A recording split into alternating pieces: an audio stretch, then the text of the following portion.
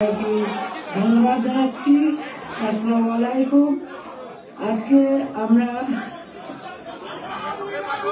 সবাই যেখানে আপনাদের সাথে কথা বলতে পারছি সেই জন্য সত্যি আমি খুব আনন্দিত। আমাদের বিজয়ের মাস ডিসেম্বর, আমাদের মাননীয় প্রধানমন্ত্রী বক্তব্য দিচ্ছে, সবাই একটু শুনুন। বিজয় মাসে আমি আন্তরিক শুভেচ্ছা জানাই সবাইকে। আমরা বলতে পারি যে আজকে আমরা বিজয় দিবসটা এমন একটা অবস্থা পরিবেশে পালন করছি যেখানে মানুষের কথা বলার অধিকার নাই, ন্যায় বিচার পাওয়ার অধিকার নাই, মৌলিক অধিকার থেকে মানুষ বঞ্চিত। এটাই হচ্ছে সবথেকে দুঃখের। আমাদের মহান নেতা জাতির পিতা বঙ্গবন্ধু শেখ মুজিবুর রহমানের নেতৃত্বে এই দেশ আমরা স্বাধীন করেছি। আমি জাতির পিতা বঙ্গবন্ধু শেখ মুজিবুর রহমানের প্রতি শ্রদ্ধা জানাচ্ছি। আমি শ্রদ্ধা জানাই জাতির চার নেতার প্রতি, 6 লক্ষ শহীদের প্রতি, 2 লক্ষ মা বোনের প্রতি। আমি আমাদের মুক্তিযোদ্ধাদের জানাই সশ্রদ্ধ সালাম। জনগণের ভোট ভাতের অধিকার, ভোট ও ভাতের অধিকার আদায় করতে যেয়ে যারা জীবন দিয়েছেন তাদের আমি শ্রদ্ধার সাথে স্মরণ করি। 2024 সাল, এই সময় যারা আমাদের আওয়ামী লীগের হাজার হাজার নেতা কর্মীকে হত্যা করা হয়েছে, পুলিশ বাহিনীকে হত্যা করা হয়েছে, সংখ্যালঘুদের হত্যা করা হয়েছে, তাদের বাড়িঘর লুটপাট, মসজিদ, দরগা শরীফ, মন্দির, গির্জা, পাগোডা ধ্বংস করা হয়েছে। আর আমাদের আওয়ামী লীগের সম্পূর্ণ জেলা, উপজেলা, ইউনিয়ন পর্যায় পর্যন্ত বাড়ি ঘর, ব্যবসা প্রতিষ্ঠান অগ্নিসংযোগ করা হয়েছে, প্রতিটি প্রতিষ্ঠানে অগ্নিসংযোগ করা হয়েছে, লুটপাট করা হয়েছে। আর এই থানাগুলিতে আগুন দেওয়া হয়েছে, পুড়িয়ে পুলিশ হত্যা করেছে। কাজে বর্তমান যারা শাহাদাত বরণ করেছে, যারা এই ধরনের ঘটনার শিকার হয়েছে, ছাত্র, শিক্ষক, আইনজীবী, সাংবাদিক, বুদ্ধিজীবী এবং আমাদের আওয়ামী লীগের নেতা কর্মী, পুলিশ বাহিনী সহ আনসার, বিডিপি যারা মৃত্যুবরণ করেছে, আমি তাদের সকলের আত্মার মাগফিরাত কামনা করি।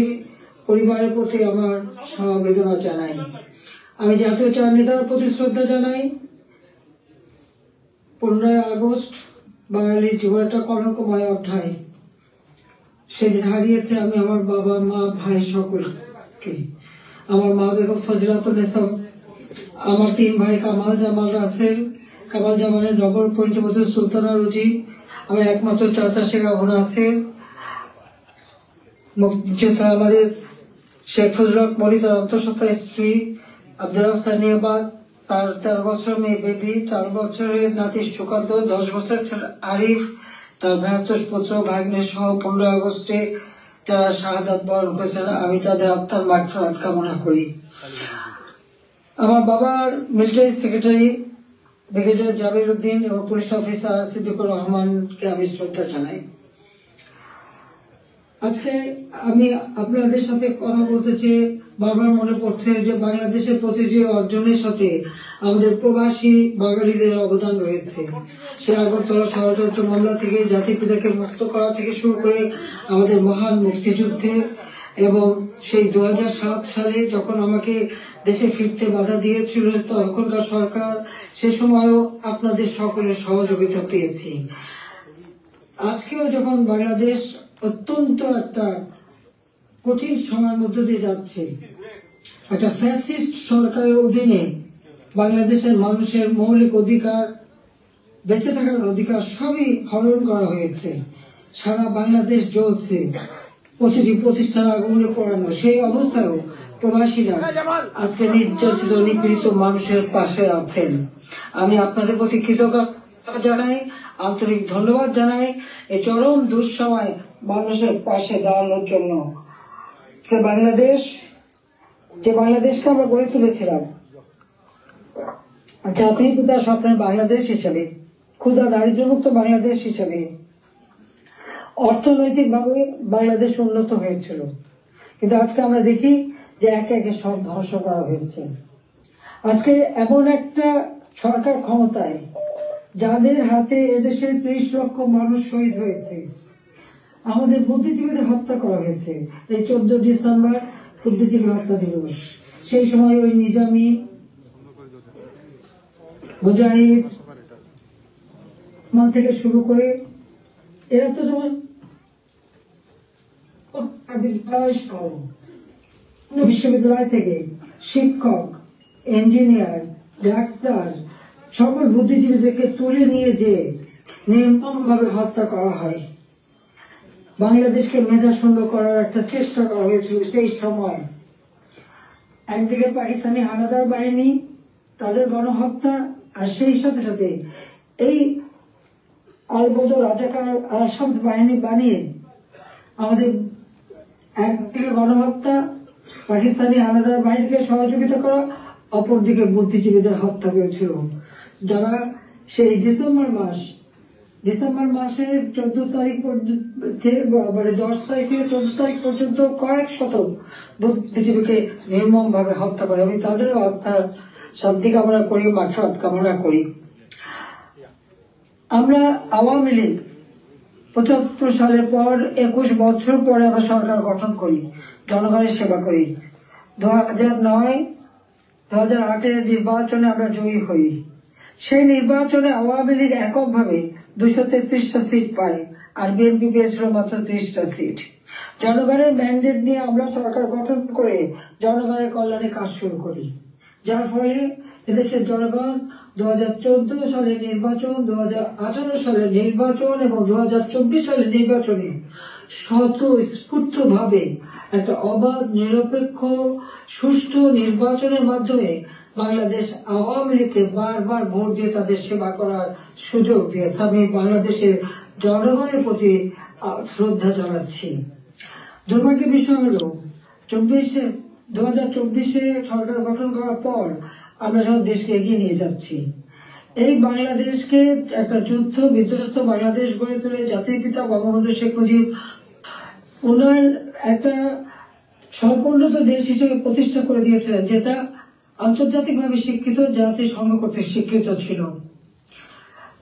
সেই সর্বোন্নত দেশকেই আওয়ামী লীগ সরকার গঠন করার পর 2009 সাল থেকে 24 সাল এই সময়ের মধ্যে, বিশেষ করে 2021 সালে 20 সালে যখন আমরা জাতির পিতা জন্ম শতবার্ষিকী উদযাপন করি, 21 সালে যখন স্বাধীনতা সুবর্ণ জয়ন্তী উদযাপন করি, সেই সময় বাংলাদেশকে আমরা উন্নয়নশীল দেশের মর্যাদায় অধিষ্ঠিত করি।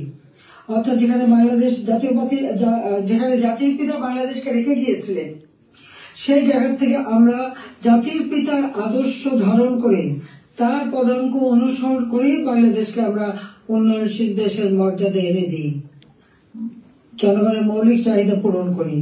দারিদ্রের হার 41 ভাগ থেকে 18.7 ভাগে নামিয়ে আনি।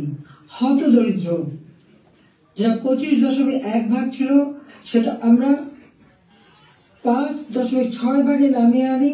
আমাদের লক্ষ্য ছিল বাংলাদেশ সম্পূর্ণভাবে অতি দারিদ্র মুক্ত হবে, আর সেই লক্ষ্য নিয়ে ব্যাপক কর্মসূচি বাস্তবায়ন করি।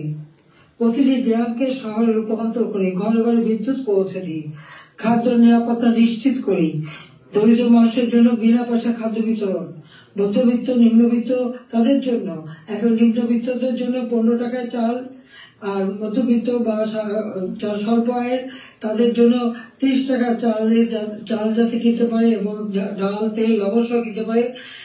1 কোটি পারিবারিক কার্ড আমরা তৈরি করে দিই টিসিবির মাধ্যমে, যাতে যারা ফিক্সড ইনকাম গ্রুপ, সীমিত আয়ের মধ্যে দিয়ে চলতে হয়, তাদের জন্য এই দ্রব্যমূল্যের উচ্চ মূল্যে তারা যেন কোনো মতে কষ্ট না পায়, সেদিকে লক্ষ্য রেখে আমরা সেই পদক্ষেপ দিয়েছিলাম।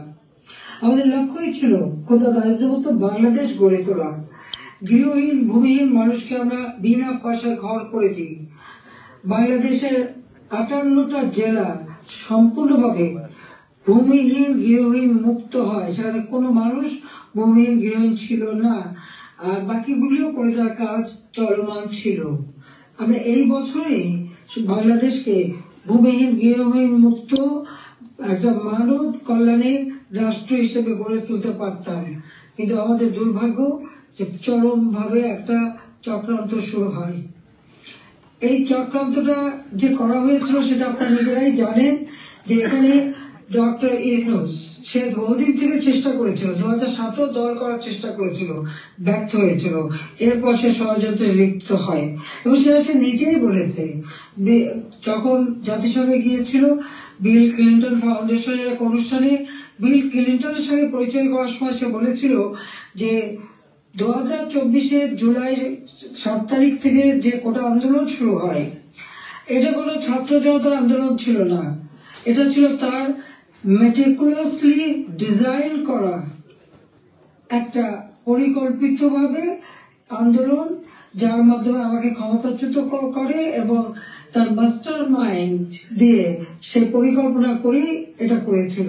কথাটা বাস্তব, কারণ কোনো কোটা ছিল না, সব দাবি মানা হয়ে গেছিল, কিন্তু দাবি মানার পরেও কেন আন্দোলন চলে?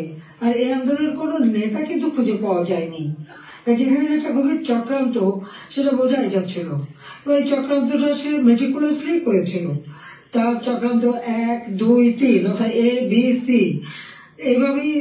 এভাবেই তার পরিকল্পনা করা। প্রথমে আন্দোলন সে সফল করলো, এরপর সব জ্বালা পোড়াও। জাতির পিতা বঙ্গবন্ধু স্মৃতি জাদুঘর, ওই ছবিটুকু তো আমরা 2 বোন পেয়েছিলাম, আমরা তো ভোগের জন্য নেইনি, জনগণকে এই শপথ দান করেছিলাম। সেই বঙ্গবন্ধু ভবন স্মৃতি জাদুঘর আগুন পড়ায় একসাথে, ওই লাইনে 9টা বাড়ি পড়ায়, 4টা মানুষ পড়ে মারা যায়। খালি এখানেই না, সারা বাংলাদেশ আগুন দিয়ে জ্বালায় তারা। সেই মেট্রো ওই ইউনূসের একজন সমন্বয়ক সে নিজেই স্বীকার করেছে পুলিশ হত্যা এবং মেট্রো রেলে আগুন না দিলে নাকি তাদের বিপ্লব সফল হতো না। তো পুলিশ হত্যা এবং মেট্রো রেল আগুন দেওয়া, অর্থাৎ শুধু মেট্রো রেল না, যে কটা প্রতিষ্ঠানে আগুন দিয়েছে, বিজিবি থেকে শুরু করে আমাদের সেতু ভবন, সড়ক ভবন, দুর্যোগ মন্ত্রণালয় ভবন, সবই তাদের ওই পরিকল্পনার অংশ। এবং সেই সাথে বঙ্গবন্ধু ভবন থেকে শুরু করে আওয়ামী লীগের সকল নেতা কর্মীদের বাড়ি ঘর, ব্যবসা প্রতিষ্ঠান সব অগ্নি সংযোগ করে পুড়িয়ে দেওয়া হয়েছে। এমনকি নরসিংদীতে আপনারা দেখেছেন জেল ভেঙে দিয়ে সেখান থেকে সমস্ত কয়েদি জঙ্গি সন্ত্রাসী তাদেরকে ছেড়ে দেওয়া হয়েছে। শুধু তাই না, ইউনূস ক্ষমতা এসে যত জঙ্গি সন্ত্রাসী ছিল তাদেরকে তারা ছেড়ে দিয়েছে, মুক্ত করেছে। এমনকি 21 আগস্ট গ্রেনেড হামলা যারা আসামি তাদেরকে ছেড়ে দিয়েছে। হলিউডিজনে যেখানে জঙ্গি হামলা হয়, আমরা সেই হামলা মোকাবেলা করে সেখানে কিছু মানুষ উদ্ধার করি, কিন্তু অনেক মানুষকে তারা হত্যা করে। সেই অপরাধী জঙ্গি সন্ত্রাসী যাদের বিচার হয়েছিল, সাজাপ্রাপ্ত, তাদেরকেও মুক্ত করে দেয়। মানে এটা কোন ধরনের কাজ আমরা জানি না।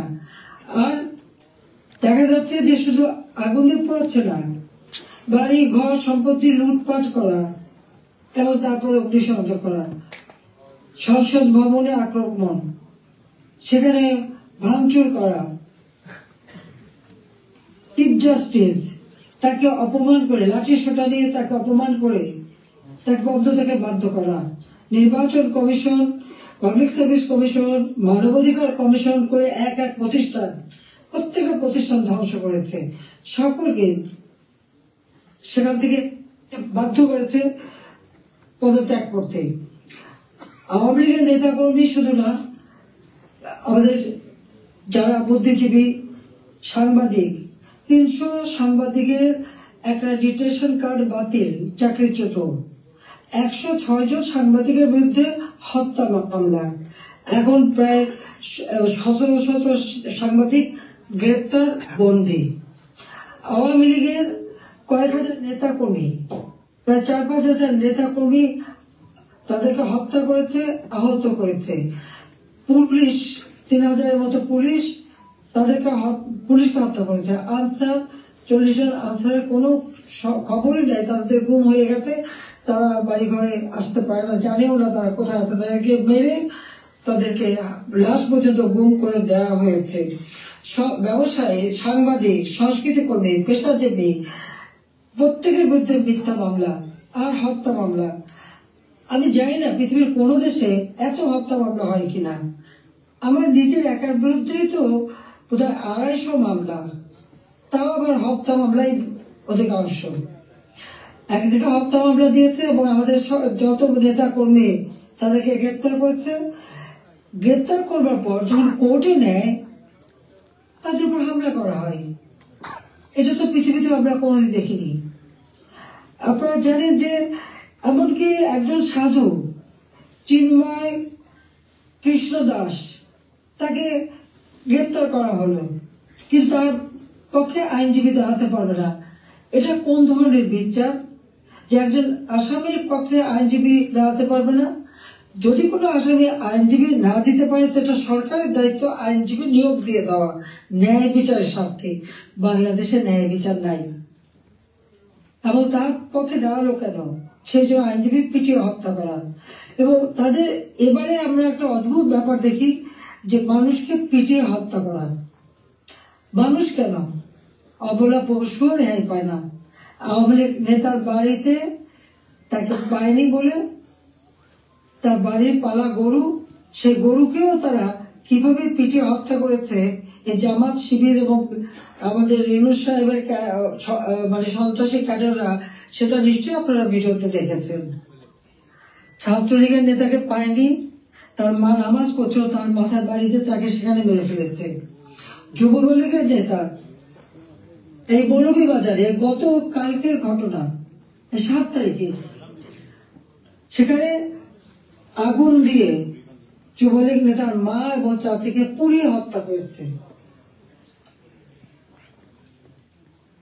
250-র উপর থানা যখন অগ্নিসংযোগ করেছে, লুটপাট করেছে, পুলিশ ভিতরে তাদেরকে পুড়িয়ে মেরেছে, পিটিয়ে মেরেছে। এমনকি একটা অন্তঃসত্ত্বা পুলিশ হাত পা ধরেছে যে ভাই আমাকে মারবেন না, আমার পেটে বাচ্চা। তাদের কথা কান দেয়নি, তাদেরকে পিটিয়ে পিটিয়ে হত্যা করেছে। সরকারি কর্মচারীদের উপর পর্যন্ত নির্যাতন চলছে। কর্মকর্তা কর্মচারীদের হয়রানি, গ্রেপ্তার, মামলা দিয়ে চাকরিচ্যুত অথবা ওএসডি করা হচ্ছে। এটা জানি না রিমান্ডে নিয়ে নির্যাতন করছে। আমাদের আওয়ামী লীগের নেতা থেকে শুরু করে সকলকে রিমান্ডে নেওয়ার পর তাদের উপর অকথ্য অত্যাচার হচ্ছে, নির্যাতন করা হচ্ছে। চরম মানবাধিকার লঙ্ঘন চলছে বাংলাদেশে, চরম একটা ফ্যাসিস্ট সরকার। আমার বিরুদ্ধে কথা বলা হয় আমি নাকি ফ্যাসিস্ট ছিলাম, আমি নাকি স্বৈরাচারী ছিলাম। আমি একটা প্রশ্ন করি, আমার সময় তো সংবাদপত্র, টেলিভিশন, রেডিও, সোশ্যাল মিডিয়া সবই তো সম্পূর্ণ স্বাধীনতা ভোগ করেছে। যার যখন যেরকম আলোচনা করা দরকার করেছে, টক শোতে যত রকমের সমালোচনা করা তারা করেছে। রেডিও, টেলিভিশন, সংবাদপত্র সবই তো স্বাধীন ছিল। এখন তো তারা কোনো নিউজ দিতে পারে না। প্রত্যেক জায়গায় ইউনূস তো নিজেই একটা মাস্টার মাইন্ড খুনি, তার এজেন্ট সব জায়গায় আছে। প্রত্যেক জায়গায় তারা ঠিক করে দেয় কোন সংবাদ যাবে, কোন সংবাদ যাবে না। এই যে বাংলাদেশে এত ঘটনা ঘটে যাচ্ছে, প্রায় 1 কোটির মতো প্রতিষ্ঠান শুধু অগ্নিসংযোগ করে ধ্বংস করা হয়েছে। ইন্ডাস্ট্রি, হোটেল, 5 স্টার হোটেল থেকে শুরু করে কোনো কিছু বাদ যায় নাই তাদের আক্রমণ থেকে। কেউ কি কোনো একটা নিউজ দিতে পেরেছে? কেউ কি কোনো সংবাদ দিতে পেরেছে? কেউ কি বিচার চাইতে পেরেছে? বিচার চাওয়ারও সুযোগ নেই, থানায় মামলা দেওয়ার সুযোগ নেই। মামলা শুধু সেটুকু হবে যেটুকু তারা বলে দেবে সেইটুকু। ন্যায় বিচার পাওয়ার অধিকার মানুষের নাই। উচ্চ আদালত থেকে শুরু করে সর্বক্ষেত্রে দলীয়করণ, চরম ভাবে দলীয়করণ। বলছে বৈষম্য বিরোধী আন্দোলন, এখন তো দেখা যায় সব জায়গায় বৈষম্য সৃষ্টি করা হচ্ছে। আমি একটা কথাই বলতে চাই যে সমস্ত অপবাদগুলি দেওয়া হয়েছে সবাই একটু তুলনা করে দেখুন যে আওয়ামী লীগ সরকারে থাকতে মানুষ কিভাবে স্বাধীনতা ভোগ করেছে। সেটা সোশ্যাল মিডিয়া হোক, তাদের বক্তব্য হোক, মিটিং মিছিলে হোক, সবকিছুতে অধিকার ছিল। আমরা তো সেখানে হস্তক্ষেপ করিনি। কিন্তু আজকে কি, আওয়ামী লীগের একটা নেতা কর্মী রাস্তা নামতে পারে না, রাস্তা দিয়ে হেঁটে যাচ্ছে, একজন বলে দিল উনি আওয়ামী লীগের কর্মী, সঙ্গে সঙ্গে তাকে এক কোপ দিয়ে হাত ফেলে দিল, কেটে ফেললো। কোন দেশে বাস করি আমরা? কি অপরাধ! আর সেই সাথে দেখা গেল কি, এই অপরাধীদের দায় মুক্তি দেওয়া হলো। জুলাই 15 তারিখ থেকে এ পর্যন্ত যাদের হত্যা করা হয়েছে, লুটপাট, অগ্নিসংযোগ, মানুষ হত্যা, ছাত্র হত্যা, প্রতিটি শিক্ষা প্রতিষ্ঠানে লুটপাট, সেখানে তাদের উপর নির্যাতন, শিক্ষকদের উপর নির্যাতন, ছাত্রদের উপর নির্যাতন, প্রতিটি জায়গায় নির্যাতন চালানো হচ্ছে। আপনারা কি একবার ভাবতে পারেন, শিক্ষক, গুরুজন, শিক্ষককে দেখে ছাত্ররা ভয় পায়, সমীহ করে। আর আমরা কি দেখলাম, আমাদের নোবেলের আমলে আমরা দেখলাম ছাত্ররা শিক্ষকদের অপমান করছে, অধ্যক্ষকে পদ থেকে বাধ্য করছে, ছাত্রীরা প্রিন্সিপালকে গাছের সাথে বেঁধে রাখছে, ছাত্রছাত্রীরা টিচারের গলায় জুতোর মালা পরাচ্ছে, গালে থাপ্পড় মারছে। এটা কোন ধরনের আচরণ এই কোমলমতি শিক্ষক ছাত্রছাত্রীদের শেখানো হচ্ছে? এদের ভবিষ্যৎটা কি? এরা কি আবার ভবিষ্যতে কোনদিন বলে বসবে তুমি আমার বাবা না, রিজাইন করো, যেমন শিক্ষকদের রিজাইন করেছে? কোনদিন রাখি বলবে তুমি আর আমার মা না, তুমি এখন রিজাইন করো, মাতৃত্ব থেকে রিজাইন করো, পিতৃত্ব থেকে রিজাইন করো? সেটাই হয়তো বলে বসবে। এটা কি অভিভাবকরা দেখে না? এটা কি ধরনের এই জাতিকে কিভাবে গড়ে তুলছে, সেটাই আমার প্রশ্ন।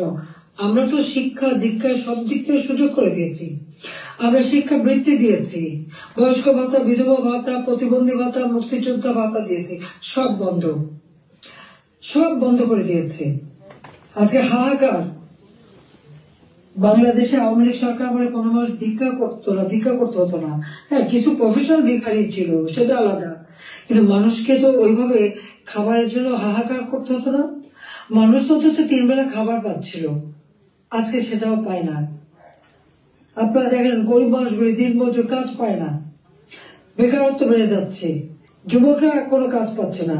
আমরা ডিজিটাল বাংলাদেশ করেছি, আমরা ট্রেনিং দিচ্ছি, কম্পিউটার ট্রেনিং এবং ইনকিউবেশন সেন্টার করে দিয়েছি, হাইটেক পার্ক করেছি, বঙ্গবন্ধু স্যাটেলাইট 1 উৎক্ষেপণ করেছি, কর্মসংস্থান গ্রাম পর্যায় পর্যন্ত ওয়াইফাই কানেকশন, ব্রডব্যান্ড কানেকশন আমরা দিয়েছি, মানুষ কাজ করে খেতে পারে, ট্রেনিং দিচ্ছি। আর এখন বিদ্যুৎ নাই, কেউ কাজ করতে পারে না, প্রত্যেকটা গ্রামকে শহরে রূপান্তর করেছি, আমরা রাস্তাঘাট, পুল, ব্রিজ সব করেছি। এখনো বলে এই বড় বড় মেগা প্রজেক্ট, এটা দুর্নীতি খুঁজবে। হ্যাঁ, আমি চ্যালেঞ্জ দিচ্ছি, দুর্নীতি খুঁজে বের করুক। মানি লন্ডারিং কথা কমিটি বানিয়েছে, তারা বলে দিল অর্থনীতির বিষয়ে। আমার প্রশ্ন, মানি লন্ডারিং এর খোঁজ করবেন?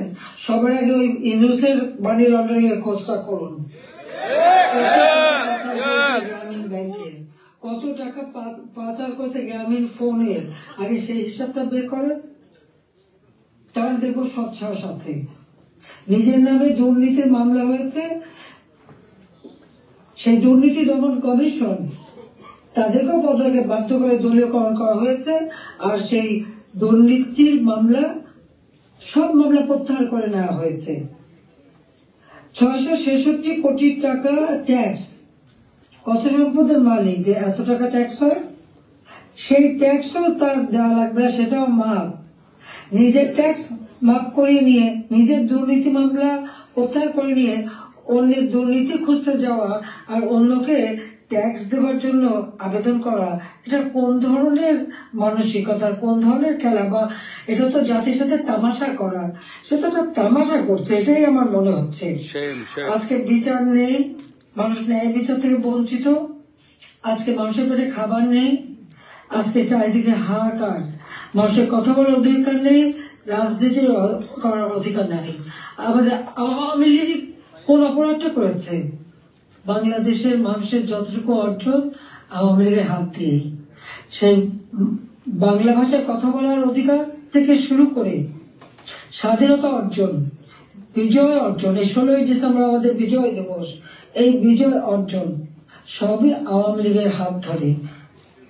বাংলাদেশে কে একটা যুদ্ধ বিধ্বস্ত দেশ, একটি প্রদেশকে রাষ্ট্রে উন্নীত করা, এটাও আওয়ামী লীগের দ্বারা। সর্বোন্নত দেশ থেকে আজকে উন্নয়নশীল দেশের মর্যাদা, এটাও তো আওয়ামী লীগ অর্জন করে দিয়েছে। প্রবাসী যারা আছেন, আওয়ামী লীগ সরকার আগে আপনারা প্রবাসে ছিলেন, বাংলাদেশ কোথায় ছিল? সেই সময় আপনারা মানুষের কাছে গেলে কিভাবে মানুষ তো করুণার চোখে দেখতো। জাতিপিতা বলেছিলেন ভিক্ষুক জাতির কোনো ইজ্জত থাকে না। তাহলে ভিক্ষুক জাতি হতে চায়নি, আত্মমর্যাদাশীল জাতি হিসেবে বাংলাদেশকে করতে চেয়েছিলাম, আর সেভাবে গড়েছিলাম। আপনারা নিজে একবার চিন্তা করে দেখেন, আমি সরকারে থাকতে বাংলাদেশ শুনলে পৃথিবী কি বলতো? পৃথিবী বলতো বাংলাদেশ উন্নয়নশীল দেশ, বাংলাদেশ একটা উন্নয়নের মডেল, বাংলাদেশের উন্নয়ন একটা বিস্ময়।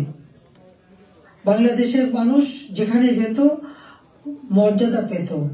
আমরা নিজস্ব অর্থায়নে পদ্মা সেতু নির্মাণ করে বাংলাদেশকে দেখিয়ে দিই এবং সারা বিশ্বকে দেখিয়েছি বাংলাদেশ পারে, অসাধ্য সাধন করতে পারে, সেটা আমরা দেখিয়েছিলাম। কিন্তু আজকে যিনি পদ্মা সেতু টাকাও বন্ধ করেছিলেন একটা এমডি পদে থাকতে পারেননি বলে সরকারের মধ্যে মামলা করে হেরে গিয়েছিল, যিনি লেবারদের অর্থ আত্মসাৎ করে সেই টাকা দুর্নীতি করে লেবার কোর্টে মামলায় সাজাপ্রাপ্ত আসামি হচ্ছে ইউনূস। লেবার কোর্টে তার সাজা পর সে যখন জামিনে আবেদন করে সে কিন্তু জামিন পেয়েছিল, সরকারের পক্ষ থেকে তো বাধা দেওয়া হয়নি। কিন্তু আজকে দেখেন আপনারা, হাজার হাজার আওয়ামী লীগের নেতা কর্মী প্রায় 30,000-এর মতো মামলা দিয়েছে। সব মামলা বেশিরভাগ হলো, এর 90% হলো হত্যা মামলা, কেউ জামিন পাবে না। সে তো সাজা পেয়েও জামিন পেয়েছিল আওয়ামী লীগ সরকারের আমলে। সে নিজে একটু ভেবে দেখুক, আপনারাও বিচার করে দেখেন। আমি বিশ্বের সবাইকে বলতে আপনারাও বিচার করেন। ওই আওয়ামী লীগ তো বাধা দেয়নি কোনো, ন্যায় বিচার পরদীয় সকলে আছে, কোর্ট সম্পূর্ণ স্বাধীন ছিল, বিচার বিভাগ স্বাধীন ছিল, কাজে সেখানে মানুষ সেই স্বাধীনতা ভোগ করেছে। কিন্তু আজকে তারা নাকি স্বাধীন করেছে দেশ, চলার স্বাধীনতা নেই, ঘরে শান্তিতে ঘুমাবের উপায় নেই, চুরি ডাকাতি যে কোনো সময় আপনার ঘরে ঢুকতে পারে, যে কোনো সময় আপনার খোঁজ খবর নিতে, তদন্ত করবে ইত্যাদি। কাদের কে হুকুম দিচ্ছে তার কোনো ঠিকানা নেই। কতগুলি লাঠি হাতে নিয়ে আপনার ঘরে ঢুকে গেল, অস্ত্র হাতে নিয়ে ঢুকে গেল, অমনি সেখানে ডাকাতি করলো, চুরি করলো, চলে আসলো। আপনি কার কাছে বিচার চাইবেন? কার কাছে বিচার চাইবেন? কোনো বিচার চাওয়ার অধিকার নাই, ন্যায় বিচারের কোনো অধিকার নেই। এমন একটা দুর্বিষহ অবস্থা, আজকে সমস্ত জিনিসের দাম বেড়ে গেছে। আমাদের কথা অত্যন্ত স্পষ্ট, যারা নির্বাচিত জনপ্রতিনিধি আইন করে নির্বাচন কমিশন গঠন করে নির্বাচনগুলি হয়েছে, স্থানীয় সরকার নির্বাচন, জেলা পরিষদ, উপজেলা পরিষদ, ইউনিয়ন পরিষদ, সমস্ত নির্বাচিত প্রতিনিধিরা তাদেরকে এক কলমের খোঁচায় তাদেরকে সরিয়ে দেওয়া হয়েছে, বাড়ি পাঠিয়ে দেওয়া হয়েছে। কেন? তারা তো নির্বাচিত হয়ে মানুষের পাশেই দাঁড়াতো। ঘূর্ণিঝড় গেল, বন্যা গেল, কেউ তো যারা এই বন্যায় ক্ষতিগ্রস্ত, ঝড়ে ক্ষতিগ্রস্ত তাদের পাশে তো কেউ দাঁড়ায়নি। তাদের নাম করে টাকা তুলেছে, 1000 কোটি টাকা রিলিফ সংগ্রহ করেছে, কিন্তু কয়টা মানুষকে সাহায্য করেছে? আজকে যদি স্থানীয় সরকারের প্রতিনিধিরা থাকতো, এই জনপ্রতিনিধি তো মানুষের পাশে দাঁড়াতো, কিন্তু সেটা দাঁড়াতে পারেনি। কাজে আমাদের কথা খুব স্পষ্ট, এক কলমের কোথায় জনগণের ভোটে নির্বাচিত প্রতিনিধিদের সেই বিদায় দেওয়া, এটা জনগণকে অপমান করা, ভোটারকে অপমান করা। কাজে তাদেরকে আবার স্বস্থানে স্থান করে দিতে হবে। সরকারি হত্যা বন্ধ করতে হবে, মামলা থেকে তাদের রেহাই দিতে হবে, চাকরিচ্যুতি করা হলে, বহিষ্কৃতি করা হলে তাদের পুনরায় কাজের ব্যবস্থা করতে হবে। আওয়ামী লীগ সহ সমস্ত রাজনৈতিক নেতা কর্মী ব্যবসায়ী, সাংবাদিক, সাংস্কৃতিক কর্মী, পেশাজীবী, শিক্ষক যাদেরকে গ্রেপ্তার করা হয়েছে, মিথ্যা মামলা দেওয়া হয়েছে, সকল মিথ্যা মামলা প্রত্যাহার করতে হবে এবং সকল বন্দীদের মুক্তি দিতে হবে। সেই সাথে সাথে দায় মুক্তি দেওয়া হয়েছে। 15 জুলাই পর থেকে যারা অপরাধ করেছে তাদেরকে দায় মুক্তি দিয়েছে। এই দায় মুক্তি দিয়ে কিন্তু একটা কাজ করেছে, দায় মুক্তি দেওয়ার অর্থ মানে কি? তার মানে এরা অপরাধী। 15 জুলাই থেকে যে হত্যাকাণ্ড, ছাত্র হত্যা মিছিলে, পুলিশ হত্যা, রাজনৈতিক নেতাকর্মী হত্যা, সাংবাদিক হত্যা, সাংস্কৃতিক কর্মী হত্যা, যতগুলি হত্যাকাণ্ড ঘটেছে সেই হত্যাকাণ্ডগুলি এবং যতগুলি অগ্নিসংযোগ হয়েছে সেগুলি যারা সংগঠিত করেছে পূর্ণ তদন্ত করে তাদের বিচার করতে হবে। আর এই মিথ্যা মামলাগুলি যাদের বিরুদ্ধে দেওয়া হয়েছে সব মামলা প্রত্যাহার করতে হবে। 15 জুলাই থেকে 8 আগস্ট পর্যন্ত যাদের দায় মুক্তি দেওয়া হয়েছে এই দায় মুক্তি দেওয়ার কোনো অধিকার নেই, তাদের বিচার করতে হবে। কারণ দায় মুক্তি দিয়ে আমাদের মাস্টার মাইন্ড খুনি ইউনূস সাহেব এটাই প্রমাণ করেছে যে এরা সব অপরাধী, এই সমস্ত অপরাধ তারা করেছে। একই সাথে মিছিল করেছে, ক্লোজ রেঞ্জে গুলি করা হয়েছে, মানুষ মারা হয়েছে। আবু সাইদের হত্যাকাণ্ড, মুগ্ধর হত্যাকাণ্ড, সব হত্যাকাণ্ডের জন্য কিন্তু এই মাস্টার মাইন্ডেরই দায়ী। কারণ তারাই এই হত্যাকাণ্ড ঘটিয়েছিল, কারণ লাশ ফেলো সরকার পড়ে যাবে। হ্যাঁ, আমি যদি আরো শক্তি প্রয়োগ করতাম অনেক লাশ পড়তো, আমি সরে আসতাম না। কিন্তু আমি তো লাশের উপরে লাশ ফেলতে চাইনি, আমি তো চাইনি মানুষ আরো জীবন দিক। কারণ আমি তো স্পষ্ট দেখতে পাচ্ছি যে পরিকল্পিতভাবে হত্যা হচ্ছে, পুলিশকে খামাখা দোষারোপ দিচ্ছে, পুলিশকে তো রাবার বুলেট ব্যবহার করেছে এবং যখন পুলিশকে মেরে ঝুলানো হয়েছে তখন তারা তাদের জীবন বাঁচাতে চেষ্টা করেছে। এটা কিন্তু একটা ইউনিভার্সাল সিস্টেম, এটা বিশ্বব্যাপী আছে, তাদেরও আত্মরক্ষার সুযোগ আছে। কিন্তু যারা এভাবে পিটিয়ে পিটিয়ে হত্যা করলো, যারা আগুন জ্বালিয়ে দিয়ে পুড়িয়ে হত্যা করলো, তাদের বিচার কেন হবে না? যারা ঘরে ঘরে যে লুটপাট করলো, আগুন দিল, এমপি হোস্টেল, সংসদ ভবন, সেগুলি যারা ভাঙচুর করেছে, প্রত্যেকটা এমপির হোস্টেলের রুম তারা লুটপাট করেছে, তালা ভেঙে ভেঙে। প্রথমে চুরি করেছে, লুটপাট করেছে, ছাত্র নামধারী, তারপরে সেখান থেকে পরে পুলিশে দিয়েছে।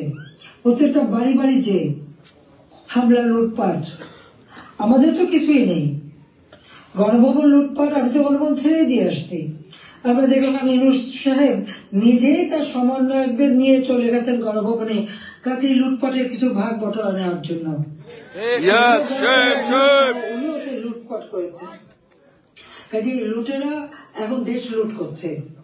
শেয়ার মার্কেটের লক্ষ কোটি টাকা পাচার হয়ে গেল, কোথায় গেল টাকা? ব্যাংকগুলি এক এক করে সব বসে যাচ্ছে। কেন? অর্থনীতিকে এভাবে কেন ধ্বংস করলো? যেখানে মাথা পিছু আয় আমরা বাড়িয়েছিলাম, আমরা আজকে আন্তর্জাতিকভাবে স্বীকৃত যে বাংলাদেশ উন্নত হচ্ছে, 35তম অর্থনীতির দেশ। আমাদের লক্ষ্য ছিল আমরা প্রকৃতপক্ষে 25তম আমরা করে ফেলেছিলাম। আমরা আরো উন্নত করতাম, 26 সালের মধ্যে বাংলাদেশ আরো এগিয়ে যেত। 41 সালের মধ্যে বাংলাদেশকে আমরা একটা আধুনিক স্মার্ট বাংলাদেশ গড়ে তুলব, সেই লক্ষ্য নিয়ে আমরা কাজ করছিলাম। কেন বাংলাদেশকে এই বাংলাদেশের অগ্রযাত্রা ব্যাহত করা হলো, সেই জবাব এই খুনি ইউনূস, ফ্যাসিবাদ, স্বৈরাচার, তাকে দিতে হবে। সেই জবাব তাকে দিতে হবে, তার ওই মাস্টার মাইন্ড এবং তার সমন্বয়কদের দিতে হবে, তার উপদেষ্টাদের দিতে হবে। হাসিনার বিচার করে কি বিচার করবে? আমি তো কি অন্যায় করেছি? গরিবের পেটে ভাত দিয়েছি, এটা অন্যায়? ন্যায্য মুক্ত করেছি, এটা অন্যায়? জনগণকে কথা বলার সুযোগ দিয়েছি, ভোটের অধিকার ফিরিয়ে দিয়েছি, হত্যাকুশ ষড়যন্ত্র রাজনীতি বন্ধ করেছি, এইগুলি আমার অন্যায়? আমার হাত দিয়ে তো কোনো খুন হয়নি। আমি তো মানুষের জীবন দিতে আসিনি, আমি মানুষের জীবন দিয়েছি, জীবন উন্নত করেছি। যারা জীবন নিয়েছে, যারা হত্যাকাণ্ডের সঙ্গে জড়িত, তাদের বিচার হবে। এবং সংবিধানের 7ম অনুচ্ছেদে খ অনুযায়ী কেউ যদি অবৈধভাবে ক্ষমতা দখল করে তার বিচার হয়। প্রতিনিধির কাছে ক্ষমতা হস্তান্তর করতে পারে। আমি তো সেই সুযোগ পাইনি, আমি সরে এসেছিলাম যেন লাশের উপরে লাশ না পড়ে, সেই জন্য দুর্ভাগ্যের বিষয় যে থামেনি। একদিন ইনশাআল্লাহ সেই দিন আসবে, এই খুনিদের বিচার একদিন বাংলা মাটিতে হবেই হবে, সেটা আমরা করবো। যেমন যুদ্ধ অপরাধীদের বিচার করেছি, 15 আগস্টের হত্যাকারীদের বিচার করেছি। আমি জানি এই যুদ্ধ অপরাধীদের বিচার করেছি বলে আমার বিরুদ্ধে মামলা, এবং আইসিটিতে ওই আন্তর্জাতিক যে ট্রাইব্যুনাল আমরা করেছিলাম যুদ্ধ অপরাধীদের বিচার করতে, আজকে সেই কোর্ট করে সেখানে আমার মামলা হবে, সেখানে আমার বিচার হবে। কেন? সেই সময় যুদ্ধ অপরাধীদের যে ডিফেন্সে ছিল তাকেই করেছে চিফ প্রসিকিউটর এই আইসিটি। আর জামাতের একটা দল হয়েছিল এবি পার্টি, সেই পার্টির যে একজন প্রেসিডেন্ট ছিল সে হয়ে গিয়েছে এই আইসিটি চেয়ারম্যান। তো সেখানে ন্যায় বিচার কি করে হবে? আর এটা কিভাবে করে? এটাও তো একটা বিচারের একটা নর্মস, তাতে পড়ে না, কিন্তু গায়ের জোরে সব করবে তারা। কারণ তাদের হাতে অস্ত্র আছে, লাঠি আছে, পেট্রোল বাহিনী আছে, সন্ত্রাস বাহিনী আছে, সেটা দিয়ে তারা এই বিচার করতে চায়। এটাই তারা করবে, এটাই তাদের লক্ষ্য। যাক, আমি অনেক সময় নিলাম, আপনারা ধৈর্য ধরে আমার বক্তব্য শুনেছেন, আমি আপনাদেরকে আন্তরিক ধন্যবাদ জানাই। ইনশাআল্লাহ এই বিজয়ের মাস আমাদের, এই অন্ধকার কেটে যাবে, নতুন সূর্য উদিত হবে। জয় বাংলা, জয় বঙ্গবন্ধু শেখ হাসিনার সরকার, বারবার দরকার শেখ হাসিনার সরকার, বারবার দরকার। জয় বাংলা, জয় বঙ্গবন্ধু শেখ হাসিনার সরকার, বারবার দরকার শেখ হাসিনার সরকার। জয় বাংলা, জয় বঙ্গবন্ধু শেখ হাসিনার সরকার, বারবার দরকার শেখ হাসিনার সরকার, বারবার দরকার শেখ হাসিনার সরকার, বারবার দরকার শেখ হাসিনার সরকার। জয় বাংলা, জয় বঙ্গবন্ধু শেখ হাসিনার সরকার, বারবার দরকার শেখ হাসিনার সরকার, বারবার দরকার শেখ হাসিনার সরকার।